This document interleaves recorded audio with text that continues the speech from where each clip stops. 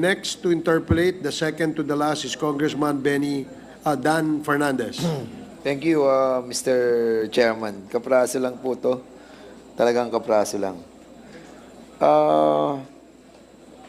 Kanina I was about to ask Mr. Sani Benaventura. Matagal po kayo kay former President, no? At, Yes, Your Honor. Ilan na po yung napatay niyo po Isa lang po. sa buong buhay niyo? Nakasuhan na po ako sa Napolcom. Nakaswab ako matagal na po yun, mga 1987. Hindi pa mayor Mayor Duterte. Hindi pa siya mayor, mayroong police assistance, may nabaril po ako, namatay. Kinasuhan po ako sa Napolcom Administrative. Bakit niyo po napatay, Mr. Sani? Extortionist po. Extortionist. Yeah po. At because of that, can you kindly tell us the whole story? Yun po, na may nagtawag ng police assistance, pinuntahan namin. May baril talaga, Your Honor. May Saan baril. kayo naka-istasyon during that time? Sa police station, Your Honor. Oo nga po. Sa nga pong police station? Sa po. Sa Sasa. Sa police station. Kala ko sa police station. So sa Sasa police station kayo naka-assign? Yes, Your Honor. Kung saan, doon din na-assign si Colonel Garma. Di ba? Yes, Your Honor. At yung pong pag-respondi nyo ay kayo ang head ng Sasa police station nung mapatay niyo po. No, walang, Your Honor. Anong rango po nyo during that time? SPO3. SPO3. SPO3. Yes, Your Honor. Okay. At year, ano po yan? 19 na po? I think 87, Your Honor, 87. At tingin nyo, yun po naging caliber nyo. O yun ang naging tinatawag nating isang quality. And that's the reason why you were hired by the former president. Am I correct? Hindi naman siguro, Your Honor. Ay, anong quality nyo po? Trabaho lang po yun, police assistance. Bakit po kayo kinuha ni former president? Ano po yung quality nyo na nagustuhan niya? Para naging imanan siya ng pulis, ako ang ibinigay, Your Honor. Ako ang i-assign. And then, after that, kayo na yung nagustuhan niya for 20 years. Siguro. Oo. Driving. At isa lang ako napatay nyo, but according sa kay former Secretary de Lima, ilan po yung 7 po ba yan? 7? 7 po yung listahan na sinasabi nyo na what you call this, na involved si Mr. Sani Benaventura. Yung kanina you mentioned a while ago. Several times. How many times po? I cannot But say. that is abduction and then killed. Wala yun. 1, 2, 3, 4, 5, 6, 7, 8, 9, 10, 11, Oh. 12, 13, 14. At least 14 cases of abduction before Then killed. Yes. I just remember that it's also, I think, in the affidavit of Mr. Las Cañas that yung abduction was actually suggested by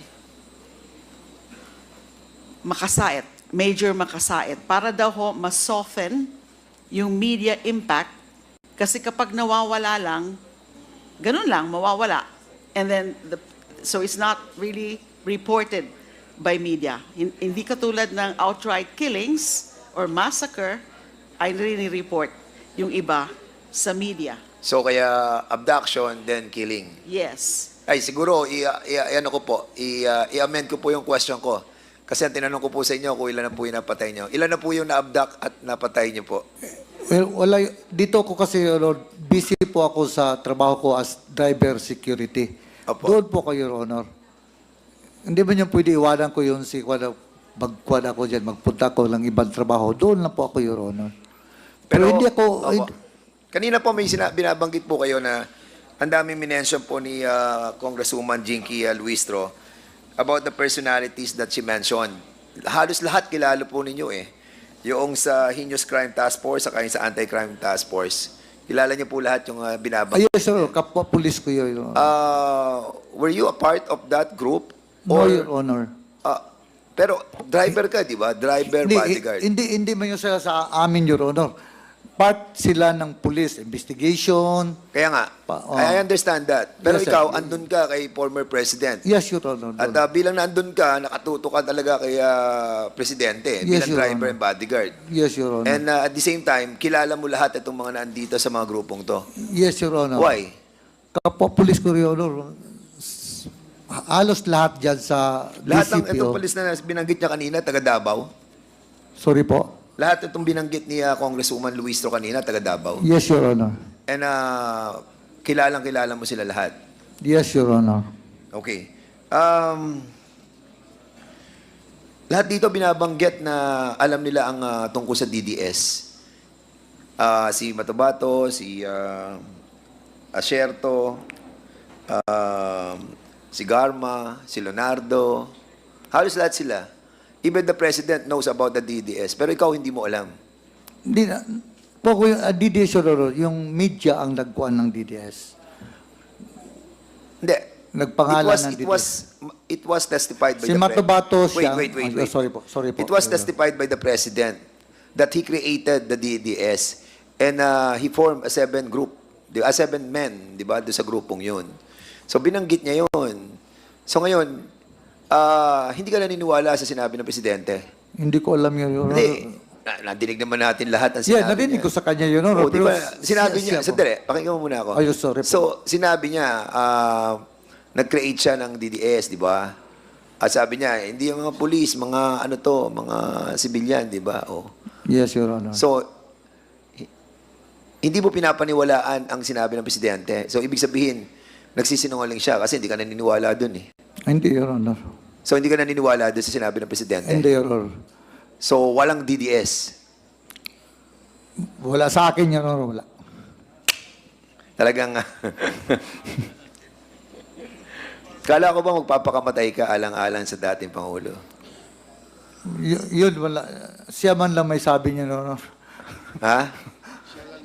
Si Presidente nagsabi, siya ang makapag-explain noon, Your Honor. Okay, so mukhang hindi ka magpapakamatay talaga sa kanya. Iba yun, Your Honor. Hindi ka talaga magpapakamatay sa kanya. Dahil ngayon lang, parang sinasabi mo, nagsisinungaling na si former president eh. Di ba? Tayong lahat nga, Your Honor, na anong sabihin niya. Ano? Siyempre, tayong lahat, makinig sa kanya. So, Pati ako, Your Honor. ano yung ganun-ganun? Minsan, Alam mo, hindi natin alam kung anong kuha niya. Sani, nagsisimba ka naman linggo-linggo. Nag-pray lang po ako, Your Honor. Na nanalangin ka sa Ama na lumikha ng langit at lupa at lumikha sa iyong buhay. Yes, nag-pray ako directly. At sa harapan ng ating Ama na nakikita tayo sa ngayon, ay sinasabi mo na talagang wala kang involvement dito sa pagpatay ng maraming mga nilalang na kanyang binigyan ng buhay. Totoo yun. Wala talaga, Your Honor. Wala ka talagang... Iba yung sa akin, yung nangyari sa akin, Your Honor, assistance yun. Ano Kailangan iba? talaga yun. Ano iba? Pero yung sinabi mo, wala talaga, Your Honor. Ano iba sinasabi mo? Yung involvement ko na Yung isang pinatay mo. Okay. Sige. At 20,000 ang sinasabi ni ano eh. Kasi parang dito kanina, ako, yung driver mga bodyguards ko, usually yan ang inuutusan natin eh. Di ba? Oh, bigyan mo si ano. Bigyan mo yun si leader natin ng 20,000 para doon sa reimbursement ng ano. Di ba trusted mo usually yung mga kasama mo eh. And dito, meron kang sinabi kanina kay Congresswoman Luistro about do sa sabi mo may binigyan si former president yung hydrocephalus. Kanina may binanggit ka. yung may sakit, Your Honor. Oo, yung lumalaki ang ulo. Tapos sabi niya, sige, tawagan mo si Bong para sagutin niya yung bayad sa hospital. Di ba? Binanggit mo yon. Yes, Your Honor. At binanggit mo din yung mga cancer patients. Di ba? At kahit na yung asawa mo nagkaroon ng cancer, ay sinabihan din si Senator na tulungan ka. Di ba? Yes, Your Honor. So, basically, si former president, nagtitiwala siya doon sa mga nakapalibot sa kanya. At ikaw ay pinagkakatiwalaan ka din yan sa pagdating sa pera. Am I correct? Iba yung kuha niya, yung may iutos lang niya, pabili ganun. Pero yung sa mga bigay-bigay, hindi ko trabaho. Wala pa naman akong tinatanong na gano'n, Yes, Sani. Your Honor. Sinasagot Sorry mo na po, Your agad. Honor. Alam mo, Sorry po. halatang-halata ka. Sorry po yun. Pine-preempt mo na yung tanong ko. Masyado ka na dumedepensa. Ibig sabihin, alam mo na doon patungo yung aking tanong. Sinasagot Sorry po, mo Your agad. Dahil sa ginawa mo, hindi ko na tatanungin yun. Kasi alam mo na na yun ang itatanong ko Sorry po, Your Honor. Hindi, you don't have to say sorry. Pero kasi, alam mo, ganyan lang yung... Kapag malalim yung pagsisinungaling mo, alam mo na kung ano yung sasagot mo. Di ba? Tama, mali. Kasi lahat kami, alam na namin DDS Ikaw na lang ata yung natitira na hindi pa nakakaalam nun. At 1998, ano po ang pinagkikitaan niyo po ngayon, Mr. Sani Benaventura? Kasi Sorry po, Your Honor. ano po yung pinagkakakitaan niyo ngayon since na wala naman po kayong trabaho, no? Ano po yung pinagkakakitaan niyo po ngayon? May pension po ako, Your Honor. Pension, no? Yes, Your Honor. At yung natira po sa bangko niyo is 4,000. Yes, Your Honor. Magkano po pension Totoo niyo? talaga, Your Honor. Hindi naman po kami nagdadoubt doon.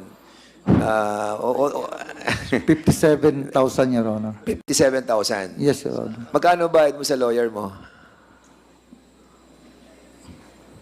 Mamaya pa kami mag-usap, Your Honor, pag-uwi.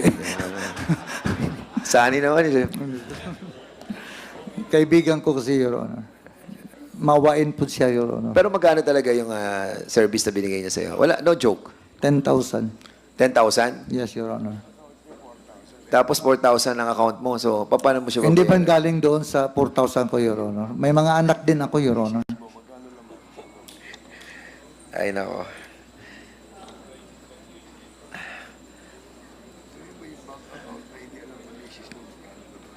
Ano, okay, so mahirap talagang tanungin ang mga sinungaling. Ano? Hindi, alam mo, Sani, kasi medyo ginagawa lang po namin light ngayon yung line of questioning sa'yo. Pero lahat po ng mga testimonies ng different persons, no, that kila former secretary mentioned dito po sa kay Colonel Garma na mismong kasamahan po ninyo dati ay nagsasabi about dun sa reward system. And the former president also denied about the reward system. We all know that.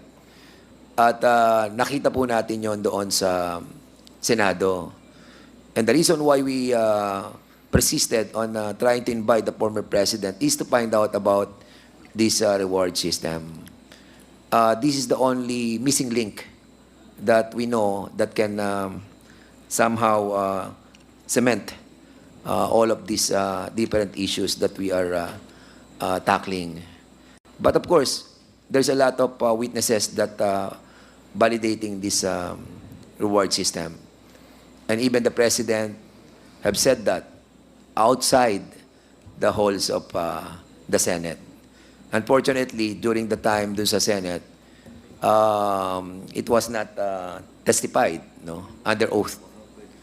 And the reason why we're trying to dig deeper on this, because we know that you've been a part of this reward system. Unfortunately,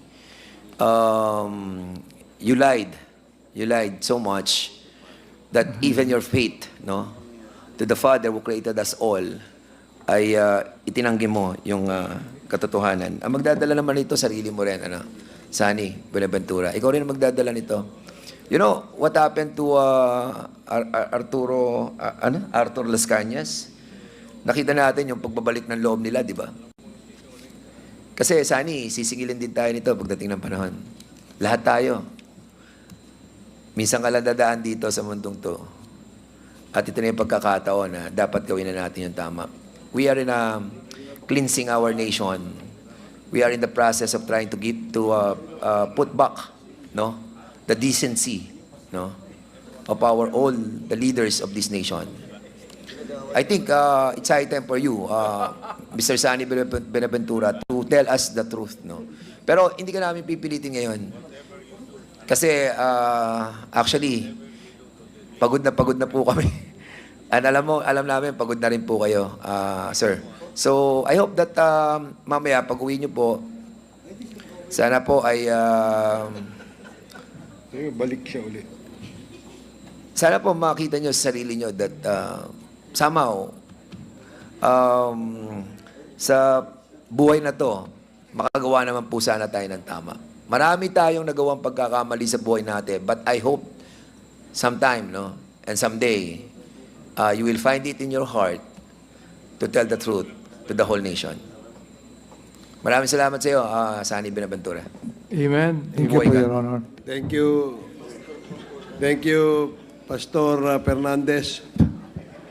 Isang tanong lang kay Sani. Sani, kasi kitang-kita naman yung iyong loyalty sa dating Pangulo. At sabi mo nga kanina, kapag i-offer mo yung buhay mo, tama ba yung pagkakaintindi ko? Yes, Your Honor. Ganun ka ka-loyal, di ba?